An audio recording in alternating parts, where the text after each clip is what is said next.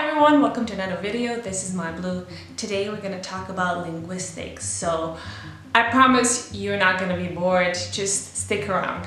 Today I will talk about cognates and false friends. What are cognates and false friends? Well, first let me give you a backstory. I am studying English linguistics. Actually, I am studying and teaching psycholinguistics. We're dealing with how you process languages, how you process linguistics, and one part of my research is actually how you're processing cognates. So I have to say that I have a big knowledge on this topic, and literally 2 days ago I had to prepare a poster for one kind of advertising our university. So I had to talk about previous research that has been done on cognates, how they're processed in the brain, did it help us, did it not? So, you know, I kind of refreshed my memory right now, and I'm currently writing on this topic as well, one chapter of my thesis. So yeah, I feel like this is a perfect time for me to kind of repeat my knowledge. Why is this of interest to you as language learners? Well, stick around 1 or 2 more minutes and then you're going to understand. What are cognates? There are various definitions, but one of the definitions, a very simple one, is that these are words across languages that have the same or similar form and they have the same meaning. Let me give you an example. If you have a word like film in English, obviously you can say it also as a movie, but you can say film, right? In German, the translation is Film. So pretty similar, well, the same form, right? Very similar pronunciation and the same meaning. Let's move on to Serbian. How do you say a movie or film in Serbian? Well, you say it film. So it's the same. These are cognates. Again, the form and pronunciation can vary a bit, but they are very similar and the meaning is the same. Because these words are so similar, whenever you're learning a new language, you don't really have to make such an effort because you already have some words that are the same and you can deduct the meaning. That means cognates can actually help you in your language learning. That also means you can just easily skip some stages. You don't have to learn the whole vocabulary and you can just, you know, use cognates right away.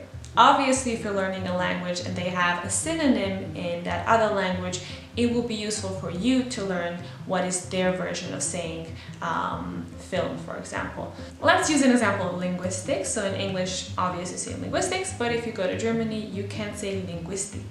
However, they have a synonym for that, which is, you know, a proper German word for linguistics, and it is Sprachwissenschaft. So as you can see, you can use your knowledge of English and use it in German, and that can definitely help you, but in later stages you should probably want to focus on the synonyms as well so that you can, you know a bit more about the language. And now let me give you a list of some words that I found that are cognates in English and Serbian, so that if you're learning Serbian, maybe this can also aid you a bit. Balcony in Serbian is balkon. Calendar in Serbian is kalendar. Radio in Serbian is radio. Lamp is lampa. Microphone is mikrofon. Banana is banana. We of course have many more examples, and I will see if I will add them at the end of this video, or I will add them to the description box below. But yeah, just so that you're aware, there are many cognates, shared cognates between Serbian and English. However, do not be fooled, because there are words that look and sound very similar, but they do not have the same meaning, and I found 3 of them actually. There might be many more, I'm just not aware of them currently, because this was actually not a topic of my research, but these words that look the same or similar, they have a different meaning. They are called false friends or false cognates. So some of these words are paradise, which is not a paradise, it is a tomato, or closet, which is not a closet, it is actually a toilet or it is a bathroom. And the last one I wrote down is paprika, which is not paprika, it's not a spice, it is actually pepper. So we use it for any type of pepper, bell pepper, any shaped, colored pepper.